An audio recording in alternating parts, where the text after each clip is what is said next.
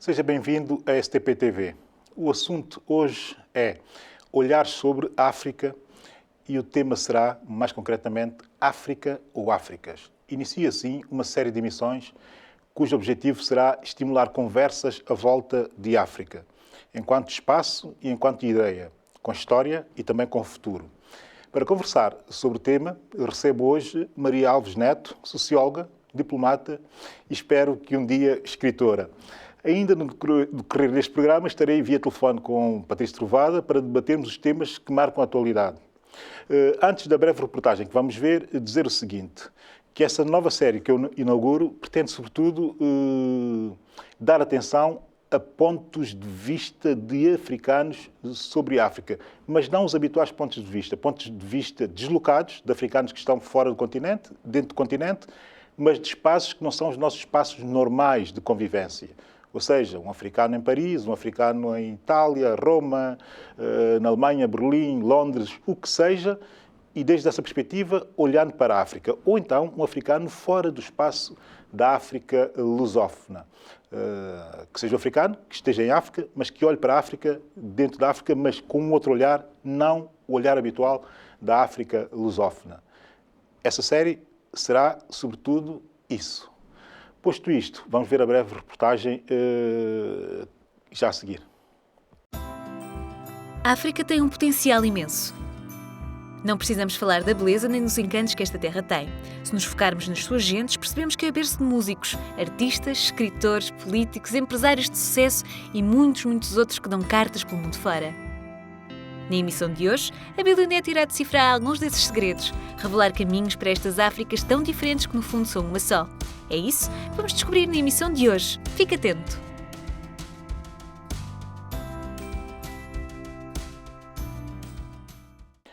Como disse, tenho comigo Maria Alves Neto, socióloga, diplomata, uma pessoa interessantíssima, ativista, enfim, muito virada para os assuntos africanos, com um percurso que eu considero louvável, que conhece bem a realidade dentro do nosso continente, não só a realidade lusófona, mas, sobretudo, a francófona. Sendo assim, desde já agradeço, enfim, a presença da Maria Alves aqui connosco. Ela está de passagem por Lisboa e, oportunamente, acedeu em estar aqui alguns minutos em conversa connosco. Por isso, uma vez mais, agradeço a tua estadia connosco. Fala-nos, sobretudo, um pouco do teu percurso, enfim, do teu percurso de vida e do teu percurso profissional, que é para depois enquadrarmos naquilo que pode importar eventualmente aos nossos espectadores. Boa tarde, Abílio Neto. Acedi o teu convite para esta troca de impressão, direi, esta conversa um pouco informal sobre o meu percurso, como tu disseste, e também sobre a África e a francofonia. Eu, depois dos meus estudos liceais em São Tomé e Príncipe, e depois de ter também trabalhado, porque trabalhei alguns anos, mesmo antes de terminar os estudos liceais em São Tomé e Príncipe, e fui estudar para a França, onde segui um percurso universitário um pouco atípico, porque comecei, como era de um país, só de um país de língua oficial portuguesa, tinha que fazer o primeiro ano de línguas, do francês, antes de ingressar à universidade. Na universidade em Besançon, fiz o primeiro ciclo em Sociologia Urbana, e depois de Sociologia Urbana foi o segundo ciclo, em Industrialização e Organização, e fui continuando o terceiro ciclo em Ciências Sociais aplicadas ao desenvolvimento, mas precisamente a Sociologia do Desenvolvimento, onde concluí o DA e comecei os estudos doutorais.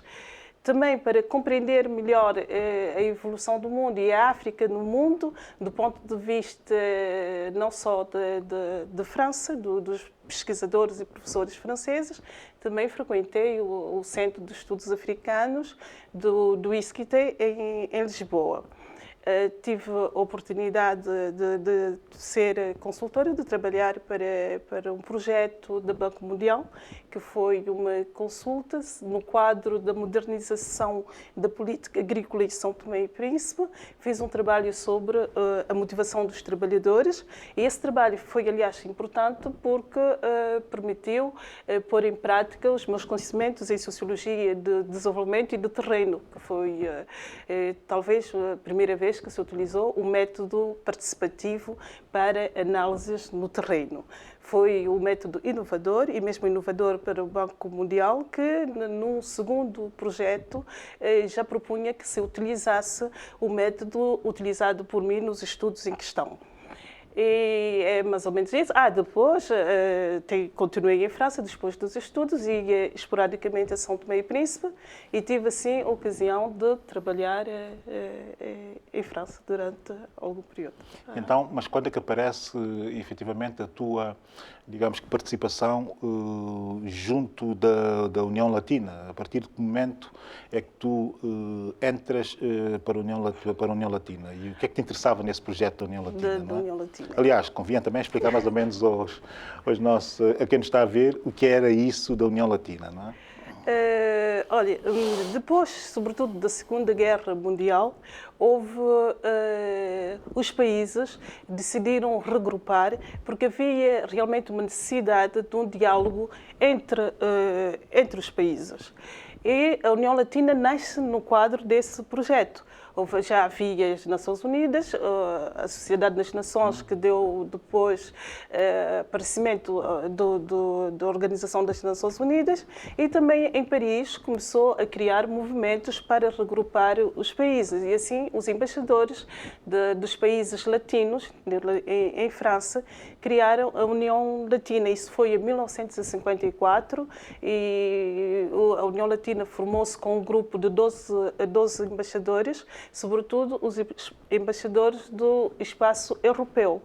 E faziam encontros informais para falarem da cultura e da herança grego-latina. E à medida a organização foi crescendo e foi sobretudo em 1983 que uma personalidade completamente atípica, o Sr. Philippe Roussillon, da sua própria vontade, tentou relançar a organização, a União Latina, e institucionalizá-la. E ela passou a ser uma organização intergovernamental de 12 Estados-membros. Ela passou a ter, no fim, em 2012, 36 Estados-membros. E a Organização União Latina, os objetivos e as missões tinham a ver com a cultura e a comunicação, também com o ensino das línguas latinas e com um projeto muito mais técnico, a direção da terminologia e indústrias de língua. Portanto, o objetivo da União Latina era um objetivo de preservar a herança latina, que a latinidade deu muito à humanidade, portanto, trazer à humanidade os ideais da latinidade, que eram os ideais de paz. O direito romano é até hoje o direito que está em vigor em quase todos os países. Portanto, as humanidades grego-latinas iam servir bastante ao projeto da organização. E esta organização acabou por ser representada nos 4 continentes, nos 4 cantos do mundo. Eram países da América Latina, os países europeus. Os primeiros países africanos a fazerem parte da União Latina foram os países lusófonos, todos, da africanos, e só muito mais tarde entrou a Costa de Marfim e o Senegal, que fizeram parte da organização. E eu, nesta organização, portanto, postulei para a organização, fui assessora junto ao secretário-geral da União Latina. Naquela altura era o embaixador Calvacante, do Brasil, Geraldo Cavalcante, na categoria de administradora principal. Eu estava em relação com, era responsável pelos países lusófonos, pelos países lusófonos, Portugal e Brasil também, e os países francófonos africanos, os 2 países francófonos africanos. E tinha relações diplomáticas com esse país em nome da organização. Seguia também os trabalhos na Unesco, porque havia um acordo de cooperação entre a União Latina e a Unesco.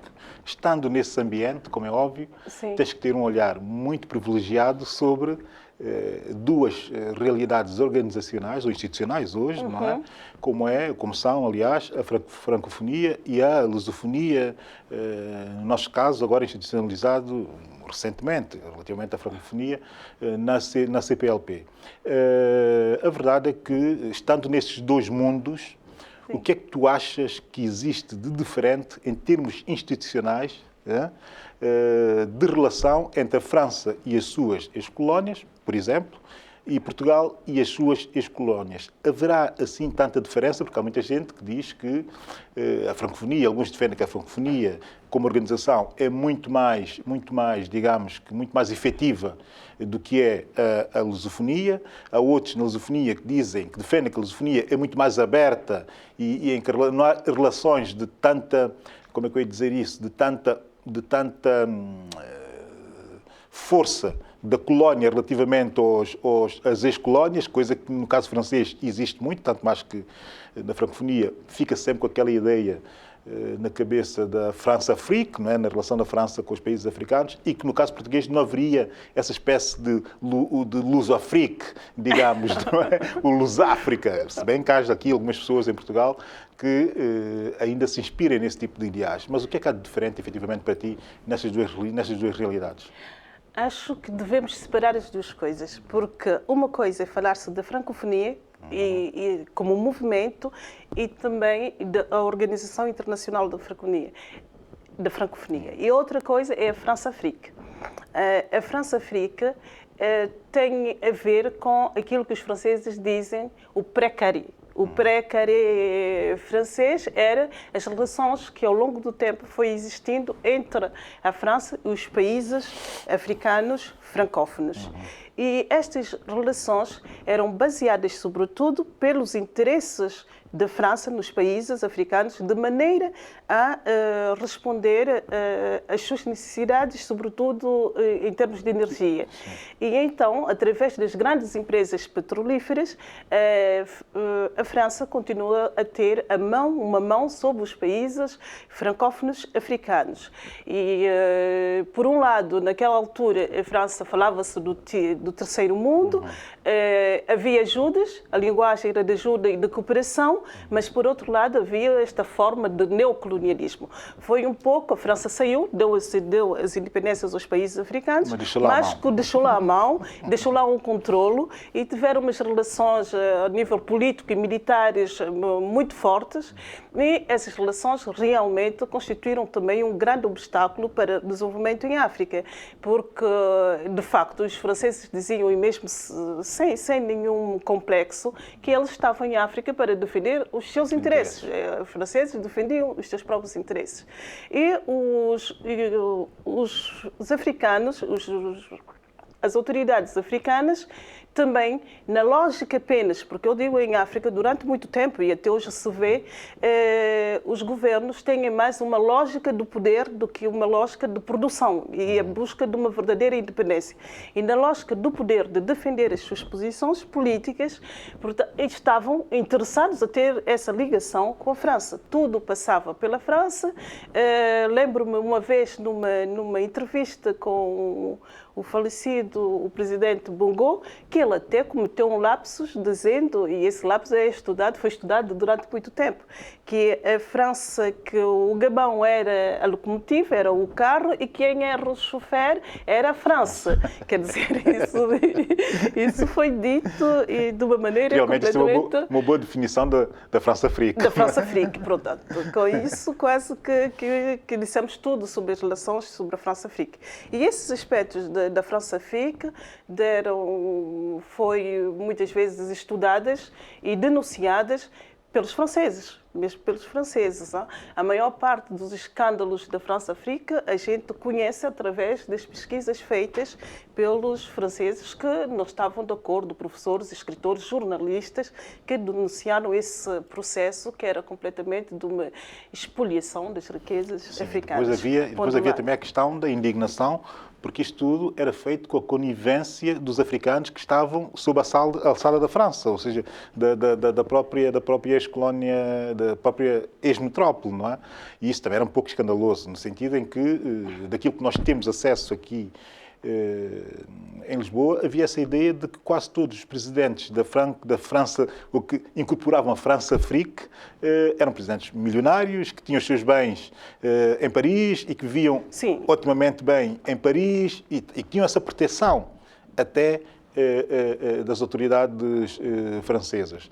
E depois chegou aquela altura em que tudo isto começou a deteriorar-se, não é? Que já deixou de ser cómodo o próprio Estado francês e também os países africanos sustentarem esse tipo de relação, não é? Eu não sei quando é que tu achas que foi o marco para essa transição, para essa evolução da França-África, que ainda hoje estamos a sentir um pouco, não é? Mas essa evolução de corte. Terá havido aqui algum corte da tua perspectiva, alguma vez?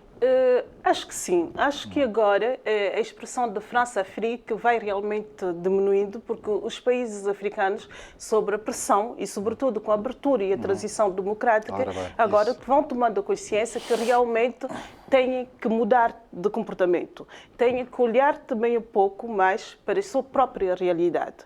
Há realmente hoje uma nova consciência que começa a ressurgir em relação aos países, os africanos, em relação aos seus próprios países.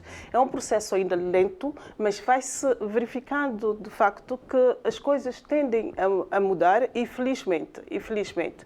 Nós falamos da França-África, mas não falamos da francofonia. Que é outra coisa. Pois, nós não falamos da francofonia, que é completamente um outro registro. É um outro registro. Eu fui representante da francofonia por um período pouquinho mais de 10 anos. Estive na francofonia como representante de chefe, aliás, foram 2 chefes de Estado, e vi que realmente na Organização Internacional da Francofonia, como todas as organizações, ela tem um secretário-geral, ela tem as instâncias, e as relações são completamente diferentes, são baseadas numa cooperação entre os Estados. Temos os regulamentos próprios e assembleias, reuniões e comissões onde tudo é discutido e delineado. Portanto, é uma cooperação multilateral onde os países que estão à mesa têm o mesmo peso. Entre aspas, têm o mesmo peso, e é uma organização com os seus objetivos e as suas missões. E esta organização da francofonia, antes de ser a organização da francofonia, foi a Agência Cultural da Cooperação Cultural e Técnica. E essa agência foi criada foi lançada a ideia de se ter um organismo para cooperação, nasceu pela iniciativa do Leopoldo Sédar Senghor, do presidente poeta do Senegal. A iniciativa é africana. É africana. A iniciativa é africana para, depois da independência, estabelecerem uma relação de cooperação com a França, porque ele era consciente que os países africanos iam ter necessidade dessa cooperação e queriam uma cooperação cultural e técnica. Talvez tivesse havido muita cooperação cultural e pouca cooperação técnica. E nós necessitávamos, desde aquela altura, que houvesse realmente uma transferência do saber tecnológico e outros. E no que diz respeito... E o Senghor, que admirava a língua francesa, mesmo que ele também tivesse um grande conhecimento da cultura e das línguas africanas, ele teve a clarividência, de dizer, eu gosto desta bela frase que ele dizia, que nas ruínas da descolonização nós encontramos um tesouro, que é a língua francesa, que era a língua de comunicação, que iriam ter não só com o mundo, mas também com os outros países no interior mesmo da França. E até, então, inclusive, dentro dos seus próprios países. Dentro dos seus próprios países. Vendo a evolução da francofonia, inclusive a francofonia institucional, vê-me agora aqui a cabeça uma coisa, porque tu, relativamente pouco tempo, estiveste no Mali, já depois da crise que está a ocorrer no Mali. Quer dizer, passou pela cabeça de muita gente que essas últimas intervenções francesas em África, Costa de Marfim, Mali, agora a República Centro-Africana, que seria um renascer da França-Afrique, quando o próprio presidente Hollande afasta, ou tenta afastar o máximo possível, esse tipo de conceito na sua ação política, de política externa, não é? Mas, como é óbvio, nós, sobretudo nós africanos, ficamos sempre de pé atrás relativamente a esse tipo de ações, né? Ou seja, nós africanos, alguns quadrantes de africanos, é preciso dizer isso. Na minha perspectiva, por exemplo, ação na Costa do Marfim, ação no Mali e ação na República Centro-Africana, para mim, e nós africanos temos que ser pragmáticos nos dias de hoje, foram ações determinantes para, pelo menos, tentar normalizar situações que estavam completamente fora de controle. Se foi França-África ou não, é algo que, no meu pragmatismo, é de momento irrelevante. A discussão pode vir a ser feita depois. Agora, a verdade é que a urgência ditava isso. Devemos nós pensar que uma ex-metrópole não deveria ter uma ação deste género? E seria adequado, do ponto de vista do africano moderno e contemporâneo, ter ainda esse tipo de complexos? Não sei se estás a ver aquilo que eu estou a dizer. Sim, eu percebi, mas eu acho que hoje nós não podemos nos dispensar desse tipo de ajuda. Vou falar sobretudo no caso de Mali. Mali estava a viver uma situação bastante difícil.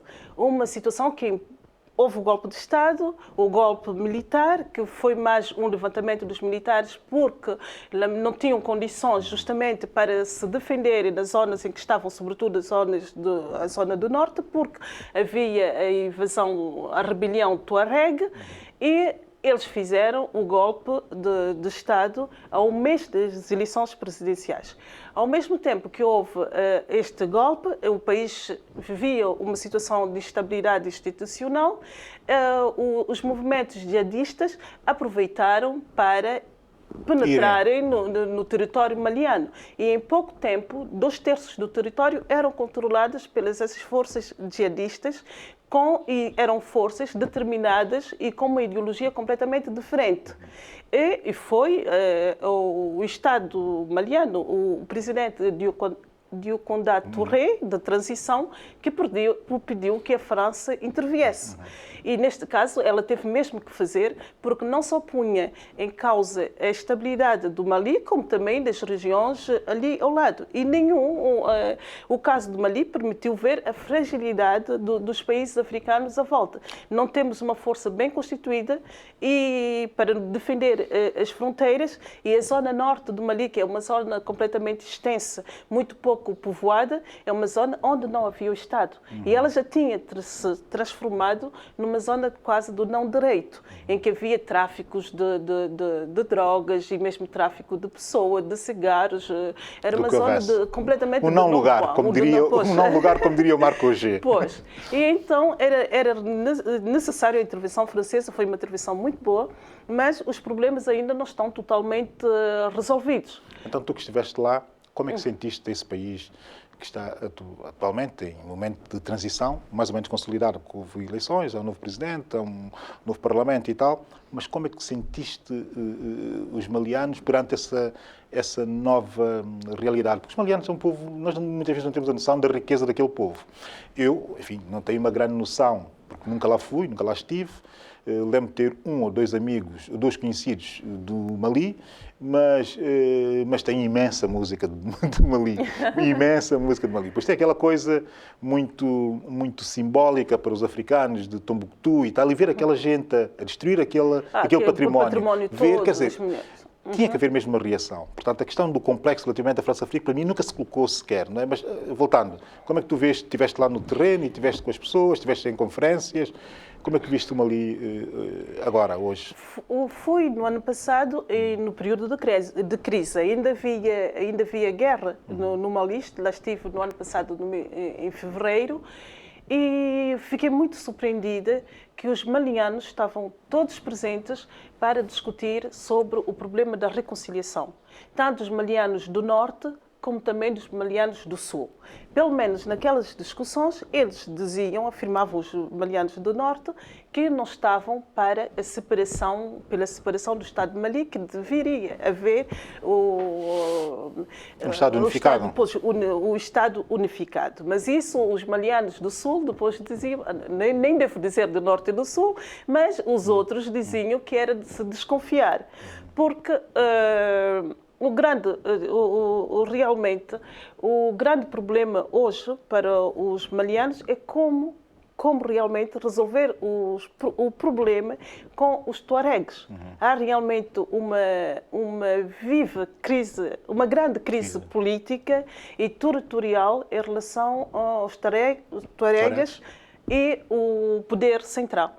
E o poder que é algo que já vem desde muito tempo, mas isso foi intensificado.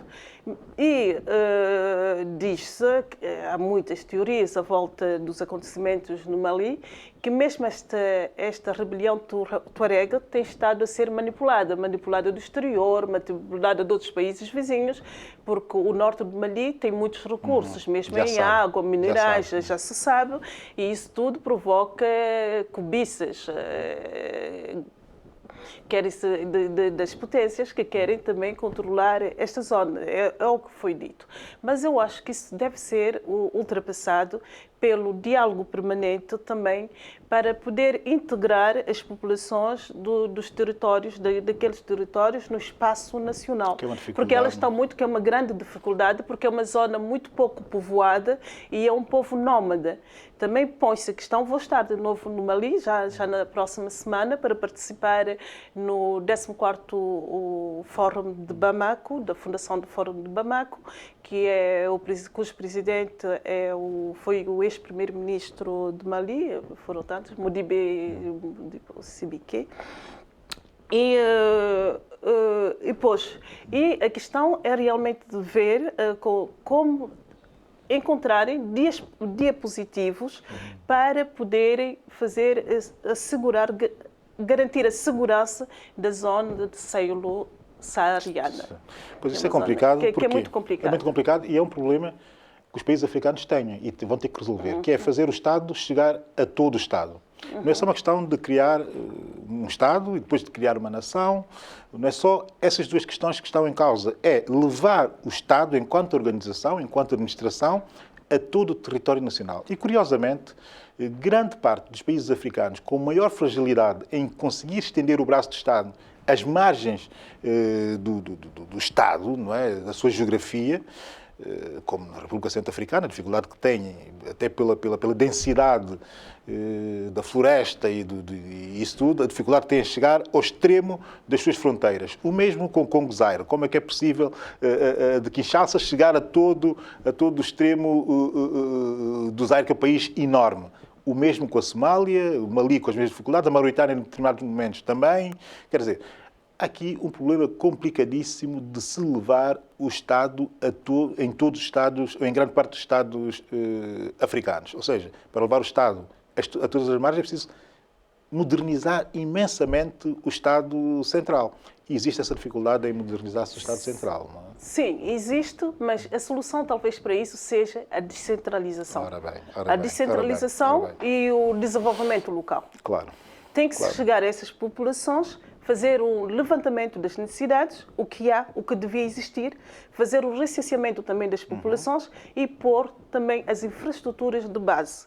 Porque as populações, eu já tive a ocasião no Mali, estive nas missões de observação eleitoral, tive a oportunidade de ir para zonas do interior muito longínquas e realmente as populações estão completamente demolidas. Ou seja, estamos a falar quase a viver quase que na Idade Média ainda, não é? Com falta de... Sim. Com falta de tudo e com muito poucas infraestruturas completamente abandonadas. Eu muitas vezes digo que as populações africanas, sobretudo nas zonas rurais, são como museus vivos, são populações quase que abandonadas e expostas à curiosidade alheia, digamos, dos turistas. Portanto, são imagens. Olhar voyeur sobre essa realidade. Mas, entretanto, e é ali que está o grande problema, é que essas populações são detentores de saber, de muito saber. São detentores do saber. Em África é urgente também darmos atenção à cultura de base africana, compreendê-la melhor e valorizá-la melhor. Hoje fala-se muito da cultura africana, fala-se das danças, mas não se fala da essência dessas culturas. Não se sabe o que é que esses povos transportam, o que é que eles dizem. E temos que estudar também, ver de dentro o que é que esses povos têm a fornecer e o que é que eles também precisam para entrar nesta modernidade. Portanto, hoje os países... Falaste há bocadinho da França-Afrique. Eu tenho a impressão que esta França-Afrique vai acabar por morrer, e pode mesmo morrer, porque hoje a África está num processo que é bastante interessante. Está num processo, para certos países africanos, de crescimento económico. Há em África um grande crescimento económico e há um grande interesse, de novo, para os países africanos. Vê-se isso com a França. Houve, no ano passado, a reunião a França-África. Vai haver este ano, recentemente, os Estados Unidos e a África. Já houve entre da China e a África, do Japão também em África, portanto, todo o interesse. E para nós é agora uma oportunidade de refletirmos e saber como é que nós vamos transformar esse crescimento económico que se nota em certos países africanos em desenvolvimento. É preciso desenvolver, esta que é a grande questão. Porque se os índices de crescimento económico estão elevados para certos países, os índices de desenvolvimento humano são ainda bastante baixos e a África está no fim, está na traseira da lista. Dos rankings, sim. Pois. Agora, outra coisa, e para terminarmos, também tiveste oportunidade, já não vai dar para falarmos sobre a lusofonia, mas aquilo que falámos da francofonia já dá para fazer o contraste. Quem nos está a ouvir, obviamente, consegue fazer o contraste com aquilo que se passa no espaço lusófono. Mas como nós estamos, enfim, a poucos dias, digamos que a mês e qualquer coisa, das eleições na Guiné-Bissau e do término dessa transição, eu sei que acompanhaste bem a situação e que até também já estiveste na Guiné-Bissau a fazer de observação de eleições e tal. O que é que se pode esperar, enfim, desse final de transição na Guiné-Bissau? Como é que isto é visto, sobretudo do lado dos francófonos? Como é que olham para a realidade da Guiné-Bissau? Daquilo que tens lido, daquilo que tens falado com as pessoas? É um olhar completamente triste e quase desesperante. Sobretudo quando se sabe que a Guiné-Bissau teve uma das lutas mais brilhantes pela sua independência, com o Amílcar Cabral à frente. Eu lembro-me a primeira vez que cheguei a Guiné-Bissau, foi para mim uma grande emoção de constatar em que estado estava a Guiné-Bissau. E para mim era uma pouca vergonha. Era uma vergonha que os nossos países não tivessem conseguido, pelo menos, sair desta luta intestina e fratricida e para construir realmente um Estado como deve ser, podemos dizer assim.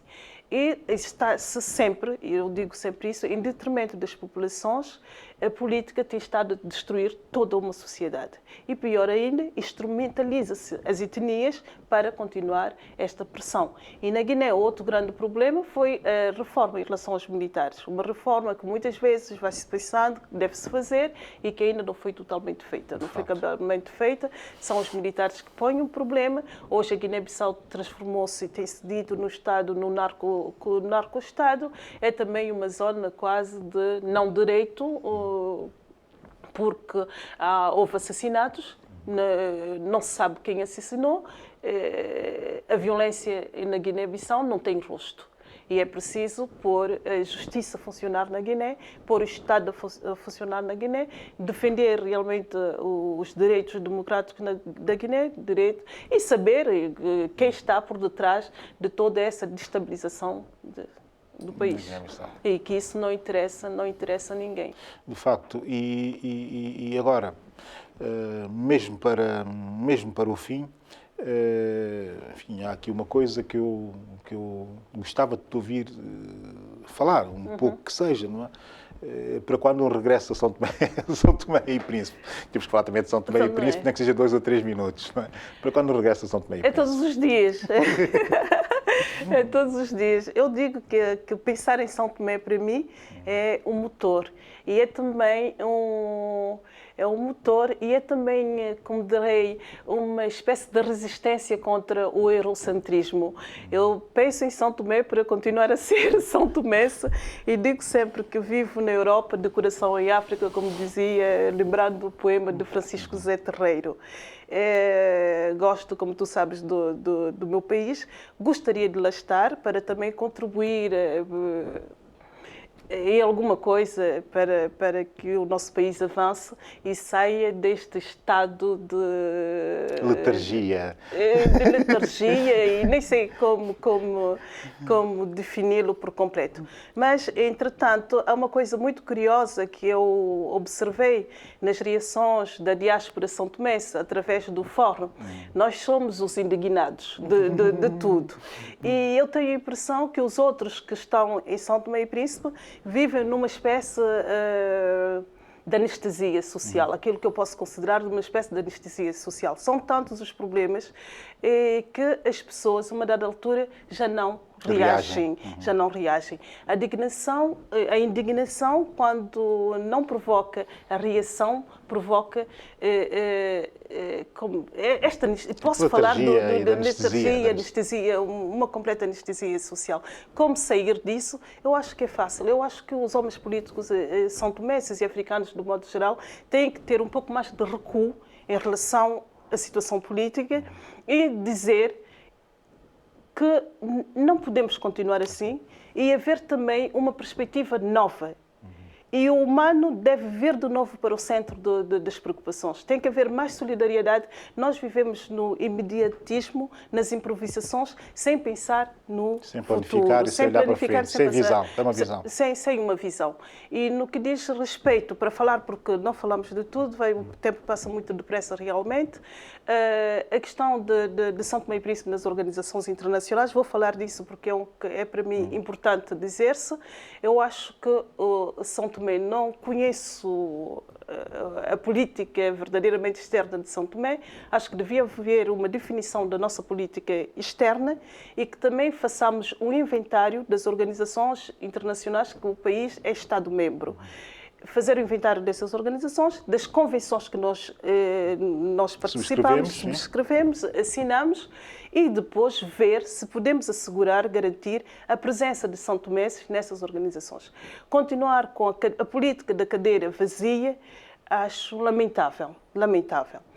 São Tomé tem que pensar na sua representatividade nas organizações internacionais, nos meios, para garantir que esta representatividade se faça constante e se faça útil e que se faça de maneira digna, e para também podermos tirar o melhor aproveitamento dessas organizações. Porque realmente há um aproveitamento, não só do ponto de vista das ideias e de reflexões, porque uma organização como a Unesco, mesmo a Francofonia, tem um debate muito alargado das ideias, dos conceitos da época e da problemática, das novas problemáticas que vão surgindo.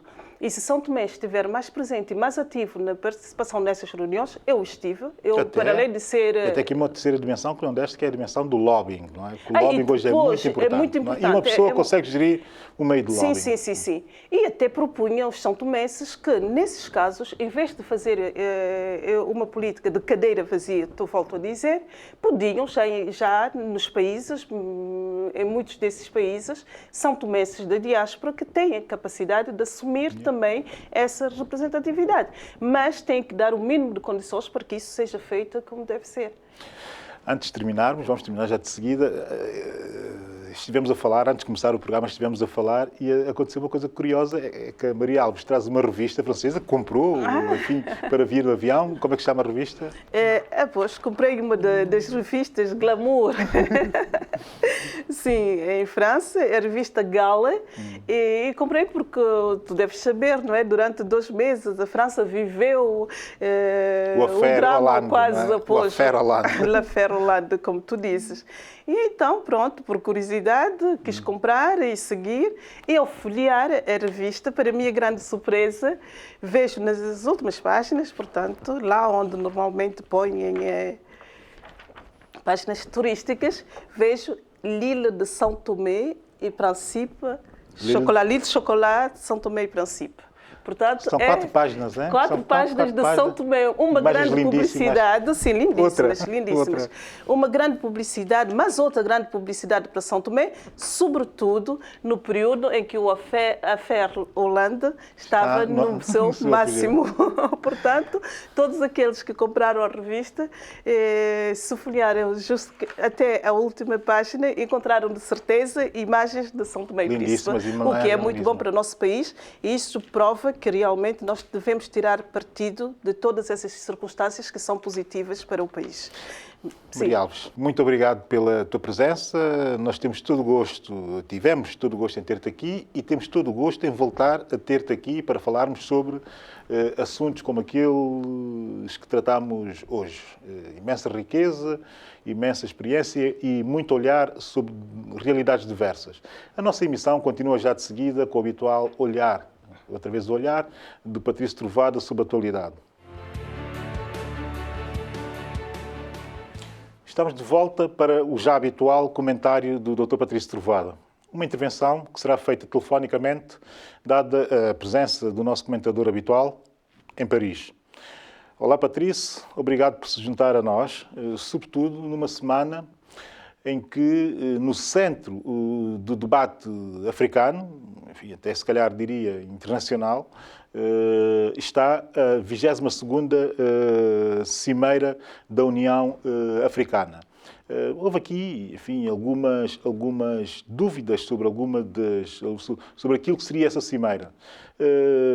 Mas antes, talvez fosse bom lembrar que o lema da cimeira deste ano é Agricultura e a Segurança Alimentar em África para 2014. Foram apresentados, de facto, pelo tema oficial da Cimeira, alguns documentos interessantes que eu aconselharia as pessoas a tentarem encontrá-los, estão online, e ler, porque têm muito de substancial.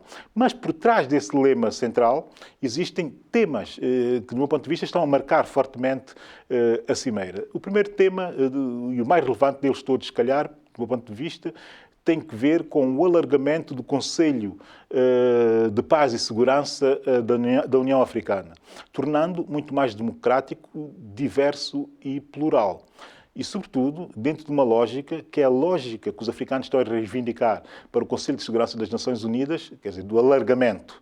Se nós pedimos às Nações Unidas que se alargue o Conselho de Segurança para novos membros permanentes, como é óbvio, o nosso Conselho de Segurança, que era muito estrito e muito focado em países, enfim, com interesses, se calhar, muito semelhantes, não é?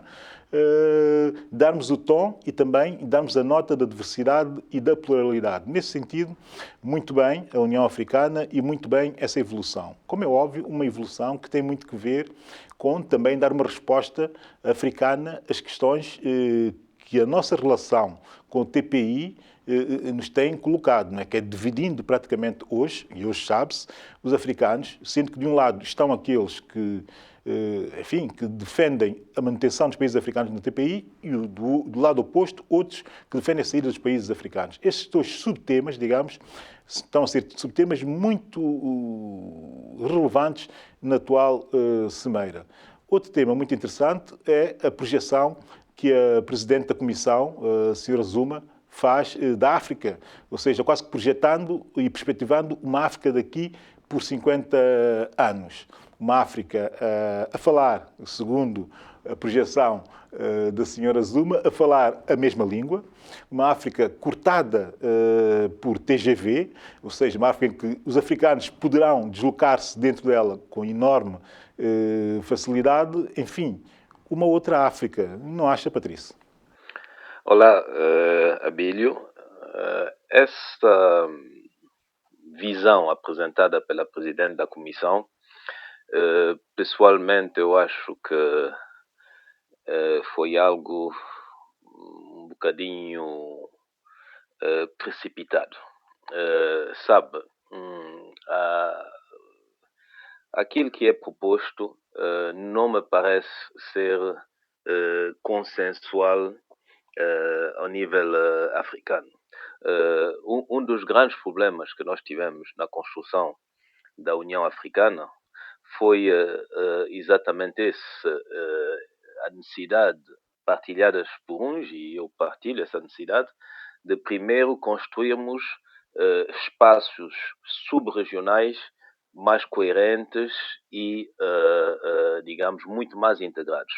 Ora, apresentar o Swahili, por exemplo, como sendo uma língua para toda a África, não me parece realista. Nós, enfim, falamos das vias de comunicação que são fundamentais.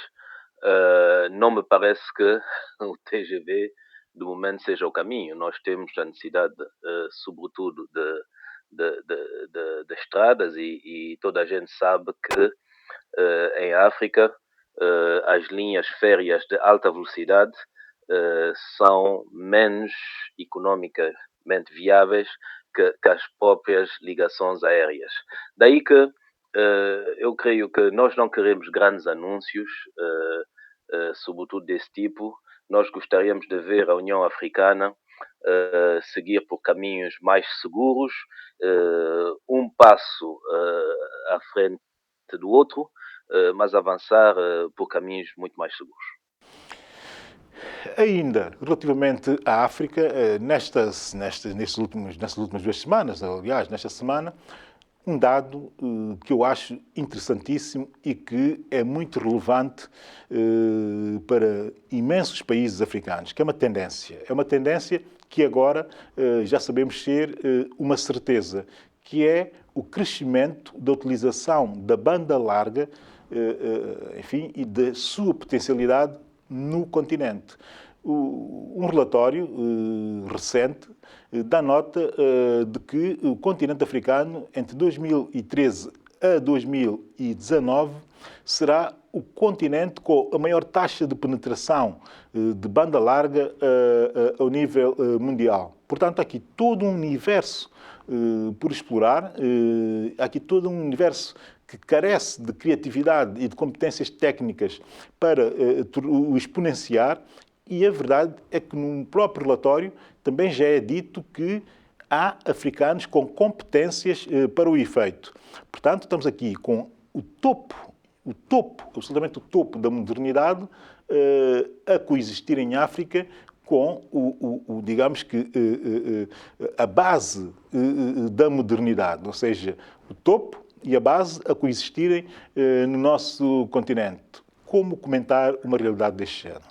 Essa questão, para mim, é extremamente positiva e eu quero dizer que é uma grande esperança, de facto, a internet e a liberalização do acesso à internet. É verdade que o mercado das telecomunicações, e nomeadamente a internet, é um mercado em alto crescimento em África. Aliás, tem havido também, para além de grandes empresas, eu falo da Samsung, eu falo da Huawei, eu falo também de fundos de investimentos que hoje estão, de facto, a apostar seriamente no continente africano. Ora, isso vai nos trazer uma melhor educação, vai nos trazer mais, digamos, cultura para os povos africanos, mais trocas também, mais abertura e, sobretudo, mais democracia.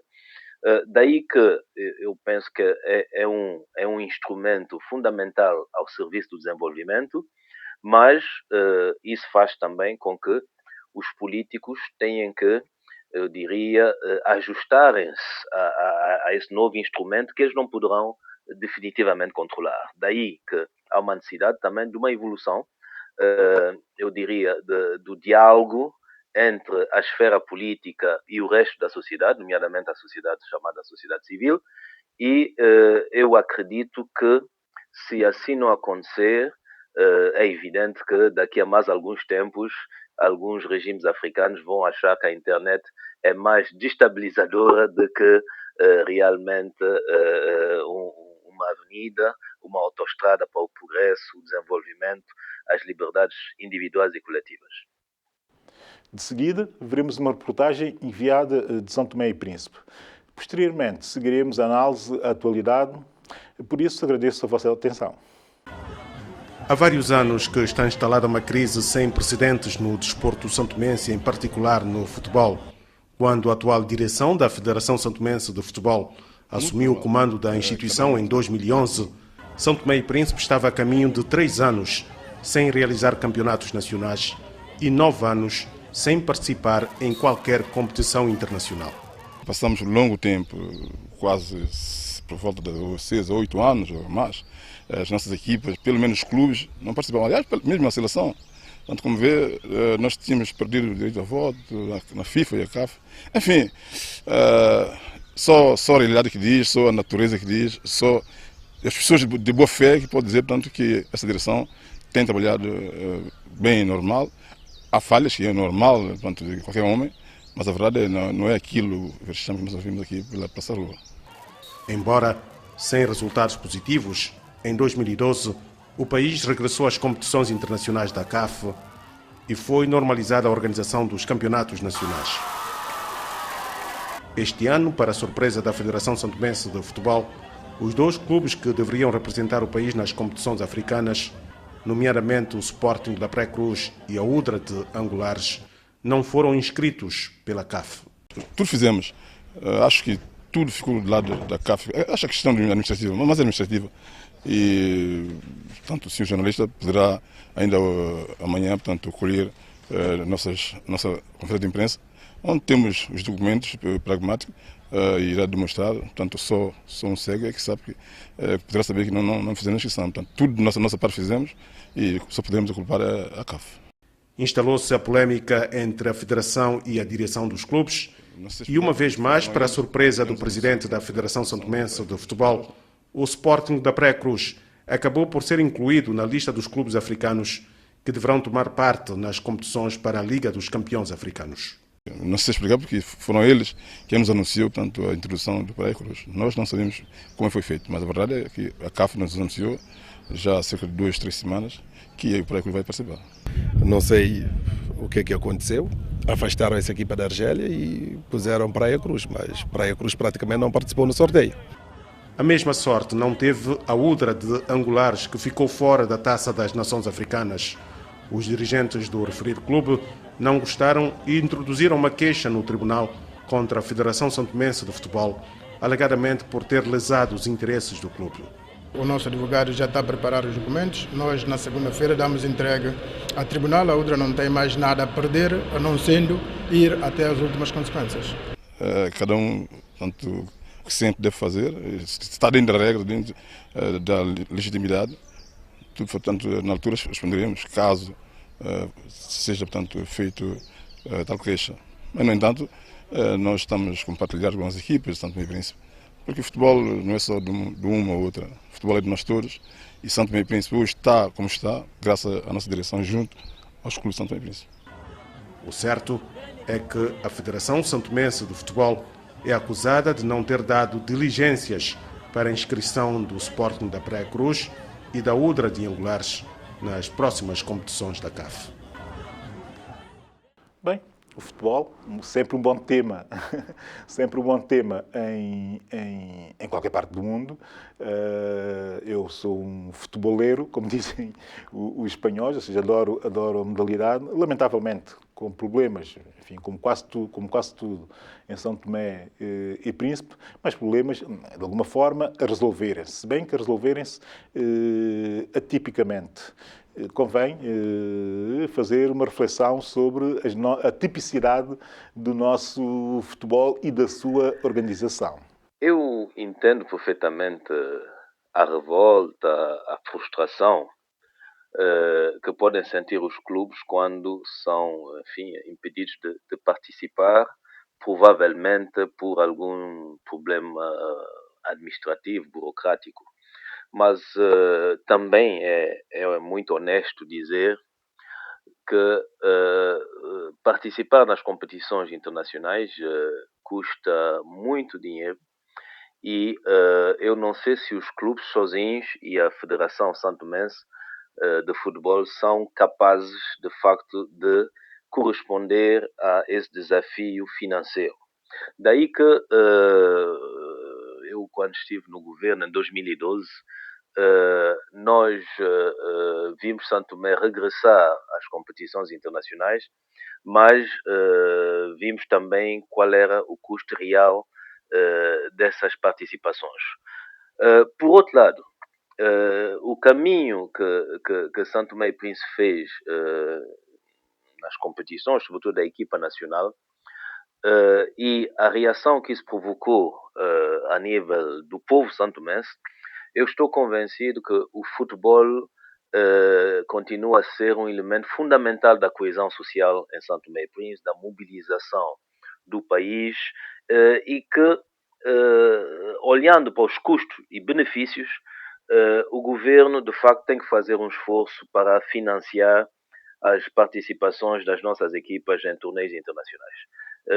Eu creio que é fundamental.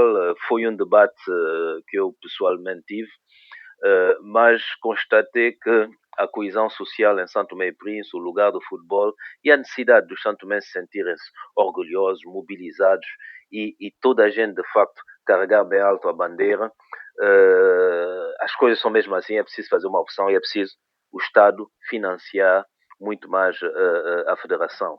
E eu creio que deve ser esse, sobretudo, o problema da Federação, é não acreditar que, de facto, nós possamos participar nas competições internacionais, porque é sempre o problema dos meios que se coloca.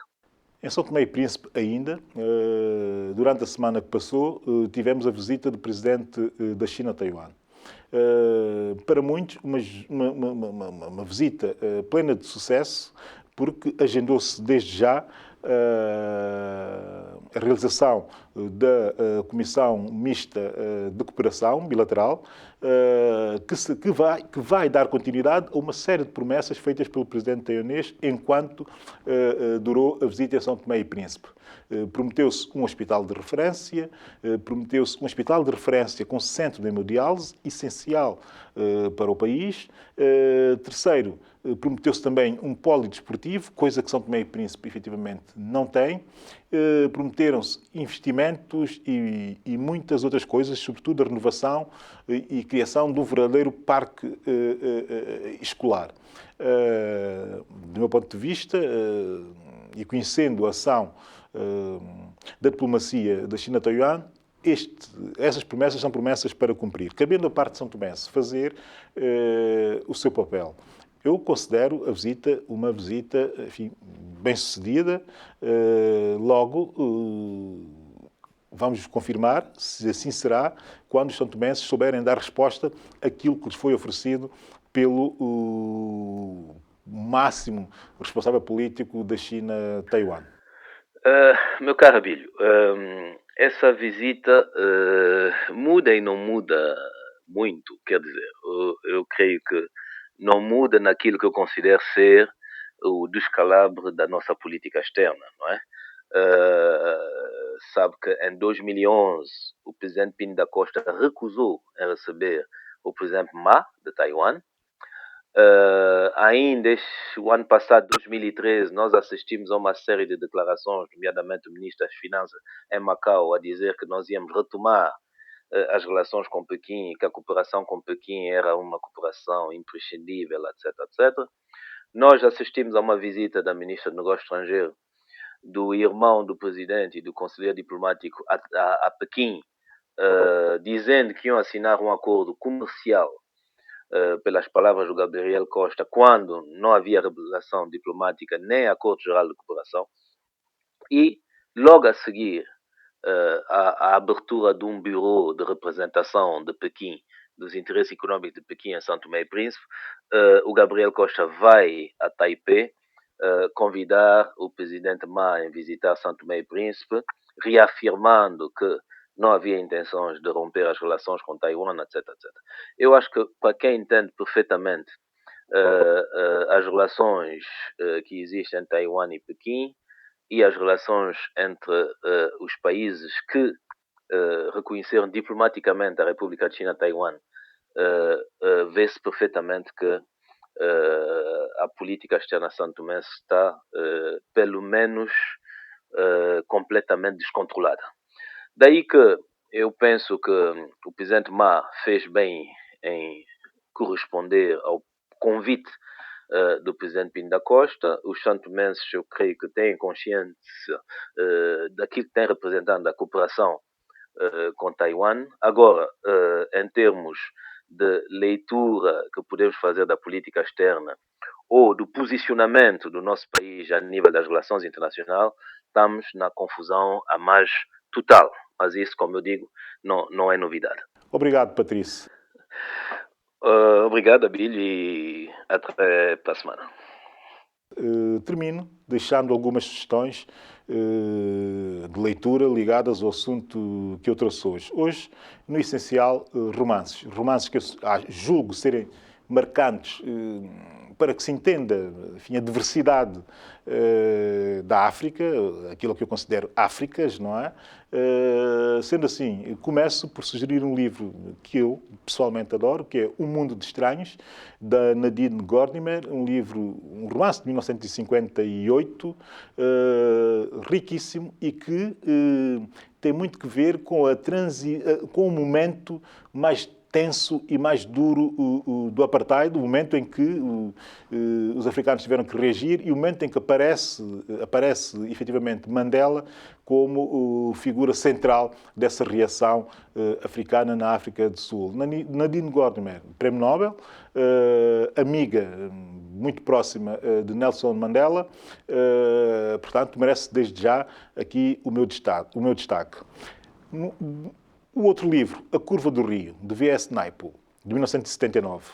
Aqui, um livro que faz agora 25 anos da sua edição, um livro marcante para se entender, e um livro muito complexo e que deu muita polémica, mas marcante para se entender como o pós-colonialismo foi complexo no nosso continente. Portanto, um romance, do meu ponto de vista, verdadeiramente obrigatório. O terceiro romance que eu aconselho, também tem tudo a ver com a complexidade e a diversidade das situações que foram ocorrendo historicamente no nosso continente, O Meio Sol Amarelo, da Chimamanda Adichie, uma escritora de 2006, uma escritora na moda, muito inspirada, está verdadeiramente inspirada essa senhora, indo buscar, digamos que, inspiração num escritor que eu adoro, e nigeriano como ela, que é o Chinua Achebe. Portanto, um livro que já é um clássico africano, do meu ponto de vista, porque marca também um período relevante da história da Nigéria. Sendo assim, tendo dito as sugestões, chegamos ao fim de mais uma emissão da STP-TV. Voltaremos seguramente no próximo sábado pelas 18 horas. Pode ver e rever esta emissão em youtube.com/canal STP-TV e deixar-nos também os seus comentários lá. E também estamos no facebook.com/STP-TV. Eu sou Abílio Neto, esta é a STP-TV, a sua nova televisão.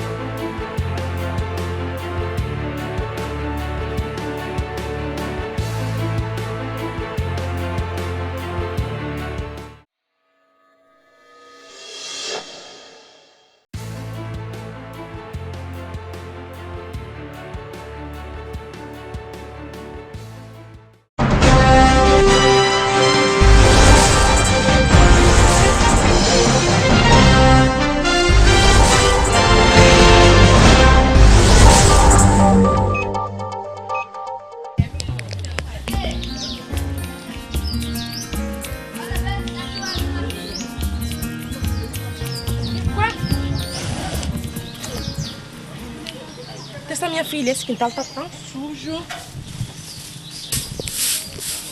Francisca! Mamãe. O que fez você, minha filha? Vai buscar panela de comida pra gente poder pôr na mesa, rápido. Põe garoto no chão, pequena, põe garoto no chão. Ó.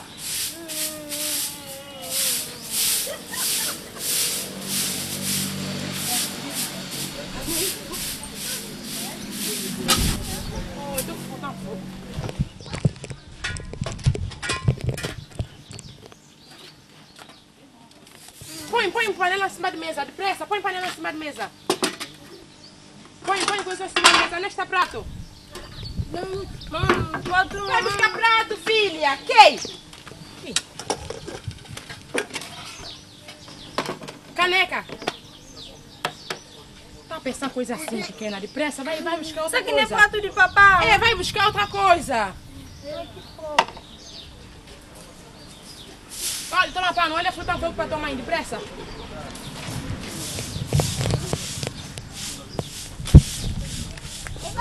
Pequena, oh meu Deus do céu, nenhuma fruta pequena. Pequena tá com fruta. Oh, pequena! Che! Nenhuma fruta só não sabe dar fogo. Cara, bruxado só. Sem vergonha.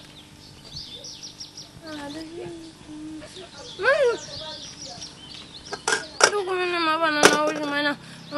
Mamãe dá fim um peixe, mamãe doer de nós, mamãe fazer um peixe. Não quero nenhuma, nem. Pequena coisa é banana com zambé. Coisa não é peixe, não é banana com zambé. Eu não quero nenhuma dessas bananas. Você não sei que sabe, você fica com fome. O que eu faço? Eu não tô comendo. Você não quer banana? Tá aqui fruta, aqui tem pedaço de coco. Come fruta. Mamãe, eu tô comendo fruta. Não. Eu fico dormindo com fome. Mamãe vai ver se não vou embora para cá. Eu tô comendo uma fruta. Tu já fica comer uma banana. Quando eu já comer fruta, porque ela sabe, eu não posso poder falar, não posso poder falar, não. Tô comendo uma fruta para mamãe, não. Você que sabe. Não. Fica com fome. Não, olha, pequena, não me chateia a minha cabeça, não, é. Não chateia a minha cabeça, não. Eu não sei.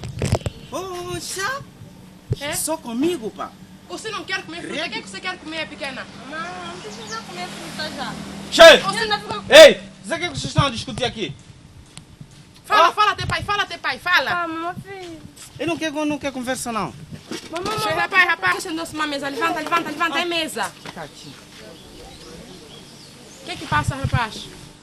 Você não sabe o que aconteceu. O que passa? Poxa. Você tem que calmar, rapaz. A gente tirou sem trabalho. Melhor tirava-me. O que estou lá a fazer? Rapaz, vocês falam essa coisa. Deixa eu pagar esse trabalho para a gente ainda falar essa coisa, rapaz. Você não sabe o que aconteceu? Todos os meus amigos estão a lançar. Eu sozinho que estou a ficar aqui mal só. Eu nem sei o que posso falar. Você não imagina. Ontem, eu não disse a você que ia trazer comida hoje, compra hoje à vontade. É ainda plástico você trouxe. Eu separei um saco de semente lá, bisnar hoje para ver. Os colegas deram-me quilape. E como você faz agora? Você vai desanimar? Você tem que calmar. Oh, mas essa coisa também é para você poder ficar assim também. Tem que calmar. Hoje é tua vez, amanhã pode ser também diferente, né? Você tem que calmar. Você tem que calmar. O que você fez para comer? Eu fiz banana com zambé. Tá aqui prato, pode servir. Você quer? Banana hoje de novo? Não. Che. Eu não vou comer. Credo, homem, o que passa? Não, você não pode comer banana? Que? Eu vou buscar onde? Sabe, não tem onde buscar o que conseguir, eu fiz. Não, eu não vou comer banana. Eu vou procurar pão com chouriço, qualquer coisa. Todos os dias é banana também. Você também não pode desarrascar outra comida. Eu vou buscar onde? Desarrasca. Eu também não tenho. Você tem que desarrascar. Papá, leva-me com o papá. Sai daqui, me atrás. Confiança. Pequena, cala a boca, pequena. Pronto, meu filho, pronto, acabou. Vai, vem comer banana, Come essa banana, senhor, você vai dormir com fome? Não se magra já.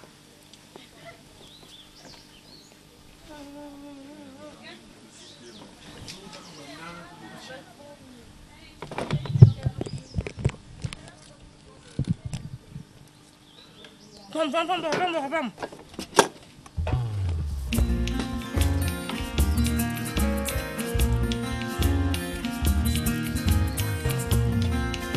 Sinceramente, poxa, eu sozinho também é que mal acompanhou aqui. Não é pensar, eu também não posso estar nessa situação de vida assim. Mas que rei de vida que não pode estar nele assim? O que é que passa comigo, compadre? Quer dizer, eu não sei mesmo o que é que passa comigo, não. Ele vai estar lamentando assim. Desde correr deixou, compadre? Ou o que é que passa? Eu acho que desde correr deixou-me sim. Mas por que o compadre está lamentando tanto assim? Você não sabe o que é que está acontecendo, rapaz? que é que tá Todo o acontecendo? nosso cambão está lançando. Você também está aqui como é bobo, andar a pé para cima para baixo. Epa, eu tô Burro, trabalhando. você também é bobo. Até um dia. Você não tá vendo daí? É. Está num esses carros grandes, fala Prado, eu não sei. É. Um deles, novo. Poxa. Epa, às vezes esse alemão, às vezes é sorte. O Willy que já não liga. É. O Willy comprou uma Sânia nova. Rapaz ainda parou a moto, buzinou, abriu o depósito assim, o depósito está cheio de combustível. Cheio. Pelo menos um rabicate para mim também, para suavizar. Às vezes é sorte, eu sou alemão. Epa, eu estou fazendo minha parte, estou trabalhar, quem sabe um dia eu também posso lançar. Mas aquela vida que não pode nele assim, ainda tem que procurar outra vida de fazer, outra coisa. Mas só que eu parece que vou deixar dessa vida. É? Eu, como não tenho família, não tenho nada, eu vi como tem uma senhora que vive da Inglaterra, só, o homem morreu lá, só gente rica, tem bastante dinheiro, vi passando meio com toda a riqueza, vive água porca, entrada de lixeira, rua de amor. Verdade? Eu estou para lá agora para falar com a senhora, só aceitamos e estou dormindo bem. Você vai para lá hoje? Hoje agora. Você vai fazer bobo. Hoje é asiago, não vale a pena ir. Hoje você vai, é de estar tomando não só. Se hoje é asiago, então amanhã estou aí. Capaz de como você assim? Hoje e amanhã é que? Não tá ligado? Asiago e asiago. Vai outro dia, meu irmão. Então tu depois da manhã não vai falhar. É, depois da manhã tá bom, dá tempo. Depois da manhã vou. Viu? Vai. Tchau, é? Yeah. Eba! Você não falou o número de cada senhora, gente. Melhor você falar para você ia lembrar. 512. Como? 512. 512? 512? Yeah. 512. E tem que ir para casa aí de marchar tudo com família urgente.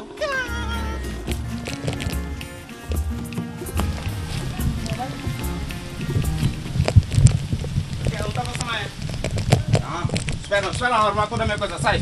É o que, rapaz? Você o que passa aí que deu? Deixa eu arrumar toda a minha roupa para um plástico e Você ir embora. Você pode, não, rapaz, não. Deixa-me, larga, eu não quero satisfeito não. Credo, homem. Então para mim sapato. Então, olha, o único sai para o seu sapato da rapaz. Rapaz, fiquei. Tchau, não vai não. Acabou tudo.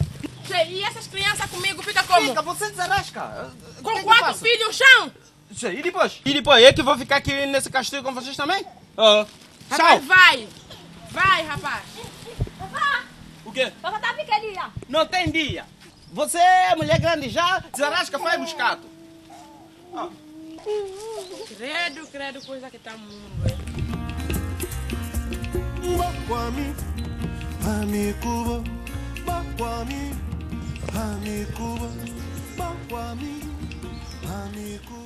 Casa 512. Lá é 510, 511, 512. Aqui mesmo. Gente.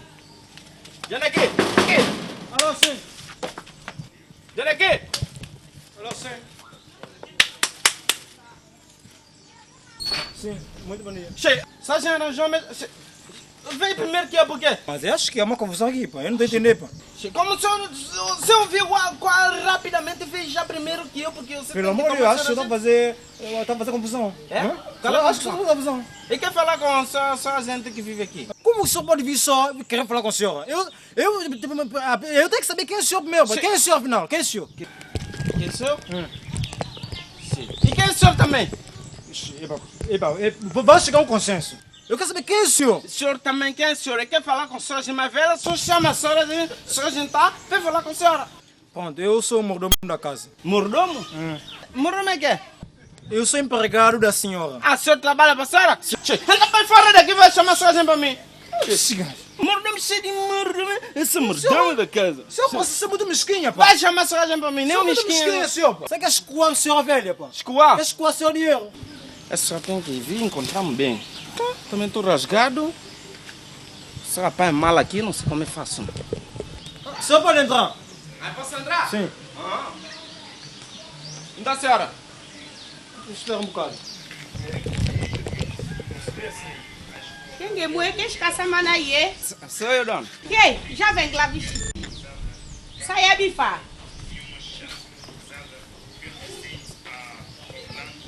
Qual é a mexer. Dona tá a falar língua nacional e tem que falar língua nacional, dona. Ok, dona? Ué, cloção deseja. Boca de inflação na sempre aí, dona. Dona, não tá dona, tiola, sa. Primeiro vê com bedona, um baquê, em cama 4 vê. Que? Vede meu? Dona, vede meu. Dona.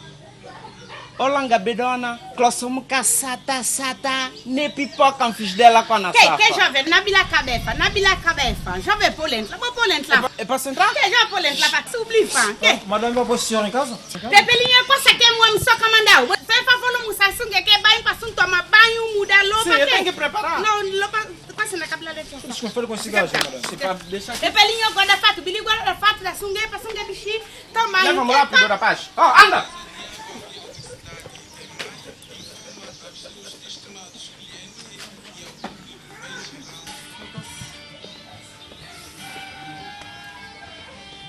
Sinceramente, tem que cuidar desse jardim, pô.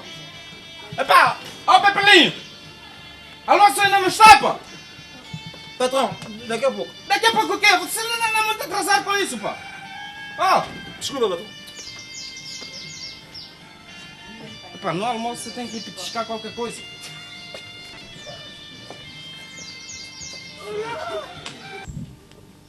Ó, querida, vem aí. Isso também? Vamos tomar qualquer coisa. Senta aí.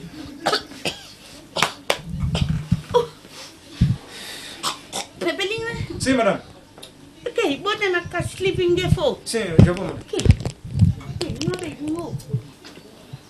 Ah, a frente do Pepelinho não dá. Esse vai ter que passar numa formação. Nunca comecei a gente almoço. Você vai ter que passar numa formação, nem serviço sabes. Rapaz, emprego não sei como. Vamos aí, um drink aí. Dá.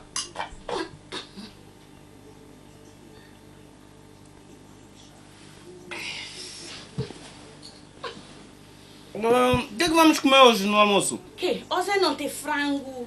Frango? Uma boa comida. Gosto muito de frango. E para beber? Vinha adega, fã. Adega? Sinceramente, pá! Eu não vim aqui para beber adega, pá! Tá só não! Não, eu não posso beber adega. Adega para você quê? Eu não gosto de adega, eu não gosto. Eu quero um champanhe taiwanês. Que? Você lembra? Pepelinho, sim, madame. E já faz. Quando ele bem antepê na paz, vai comprar um champanhe taiwanês. Faz tudo com a Taiwan, só se mais claro. Não, seu dinheiro, madame. Vê lá dinheiro que dá ele. Pepelinho, madame? Então, gente.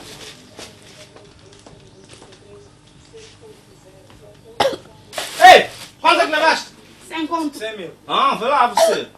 Traz troco. Um saco de água, uns cabaquê bem para fazer água. Pode urinar. Pode urinar, pode demorar, não tem problema. Pode demorar, Demora, faz urinar à vontade. Ouviu?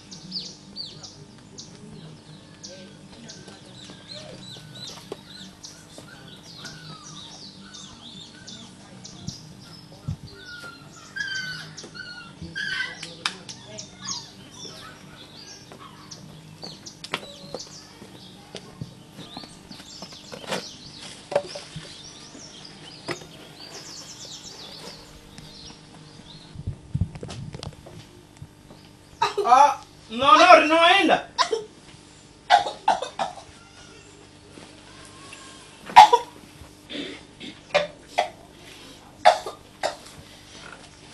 Pode sentar. Não. Olha lá, pá, que pá? Dá uma beijinha. Não dá não. Olha. Para, dona. Não faz isso não. Que? Qual está passando? Pepelinho na xinganha com champanhe fogo. Não, é o seguinte, eu estou esperando a dona vir mesmo para conversar com ela. Qual cuidar, qual com feio, qual cuidar, fã? Qual cuidar? É o seguinte, eu quero... Quer champanhe ganhar? Pepelinho, Pepe. Vai lá atrás, porque eu quero conversar com alguém. Deixa já, fã, Pepelinho. Pepa. É o seguinte, tem que voltar para minha família. Comecei, gelo, agora não tem gelo. Não é preciso ir para saca não, não é preciso ir para saca não. Então, que qual? Quer dizer, eu tenho que voltar. Eu deixei minha família com 4 filhos, minha esposa, eu sei que eles estão lá a passar fome. Não manda dinheiro? Não é preciso mandar dinheiro, não. Deixa, eu mesmo tenho que trabalhar para sustentar minha família. Não manda dinheiro, fã. Olha aí, quer dizer, eu não vou precisar de usar esse casaco, né? Não vai ser preciso mesmo. A única coisa que eu quero só, eu vou levar esse champanhe. Fica. A única coisa que eu quero só para dona arranjar-me. Dona, dá-me esse cordão. Ladrão! Ladrão! Você quer vender uma velha, pá? Você quer vender uma velha, pá? O que você está falando? Você quer vender uma velha? Sai daqui, não é um gatuno, pá! Sai daqui. Gatuno é você. Sai que você não é um gatuno, pá! Você quer vender cheiro dentro de casa, pá? Tchau. Passa fora daqui, pá! Tchau.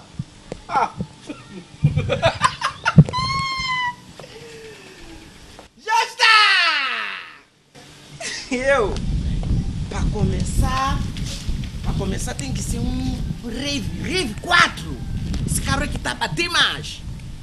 Tem que meter 2 motas no aluguel, 2 motas. 10 motas o que no aluguel? Che, mas para. Primeiramente tem que ir buscar dinheiro. Deixa eu ver meu dinheiro. Certeza. Meu dinheiro. Tá dinheiro? Olha aqui. Não, eu calculei passo. Daqui para lá. 1, 2, 3, 4, 5, 6, 7. É aqui mesmo. Aqui que pus meu dinheiro. Sinceramente, meu dinheiro tem que estar aqui. Quem combate a procuração? Epa! Fala comigo, quem combate a procuração? Acho que não combate a procuração. Tá parecendo você que roubou-me? Eu? É você sim? O que passa? Epa, acabaram de me roubar, pá. Epa, roubaram meus bens, pá. Bem? Sim, pá. Chapa. Algo que consegui com muito sacrifício. Se roubaram o compadre, é praga. Qual é praga? Sabe por quê? Compadre tem má fé. Eu falei compadre coisa de velha, compadre passou por trás, veio acompanhar essa gente, eu me fiquei sem nada. E vou contar compadre mais coisa. Compadre nunca viu atleta que participou de uma corrida, corri, passou meta, mas não ganhou o último lugar. Ah, sou eu? Eu já comeu já mal, você ainda está vivo, falta papel, compadre, filho. Eu não admito você não. E quer saber? Tchau. Apareceu você mesmo? Eu não. O que posso fazer agora, pá? Voltar para a velha? Não dá. De certeza esse Pepelinho já ancorou. Mas naquele correr comigo, Pepelinho não tá com cara de gajo empregado doido, não. É bom empregado mesmo com coisa, com ideia. Tem que voltar para minha família, pá. Poxa, tem que voltar para minha família de novo.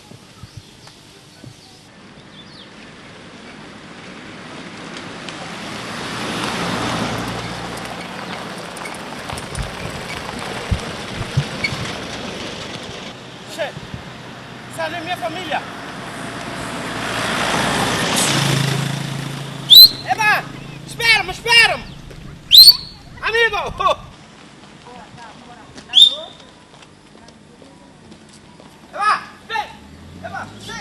Vem, garoto, pá! Você é bom, Eba! Bate 5. Muito bem. Mas o que é que você vai falar? Vambora. E o que você vai falar? Meu filho, pá, meu filho também. Olha, tira a mão porque agora a família é minha. Minha mulher tem perna, pá. Che, não é minha família, agora é minha família. Eu sou filho bom. Não. Você, minha família abandonou e agora a família já não é tua. Agora é minha família, eles agora são minha família. Che, tua família como? Você está nos atrasar porque nós estamos a sair. Nós vamos tomar um gelado agora. Che, gelado? Sim. Che, e eu? Che. Babá, agora, eu não como banana com os ovos mais. Pô, ingratos, pá. Puxa. Gai levou toda a gente, até mecão o homem levou, pá. Eu fiquei sem nada agora, pá. Poxa, pá. Credo, pá.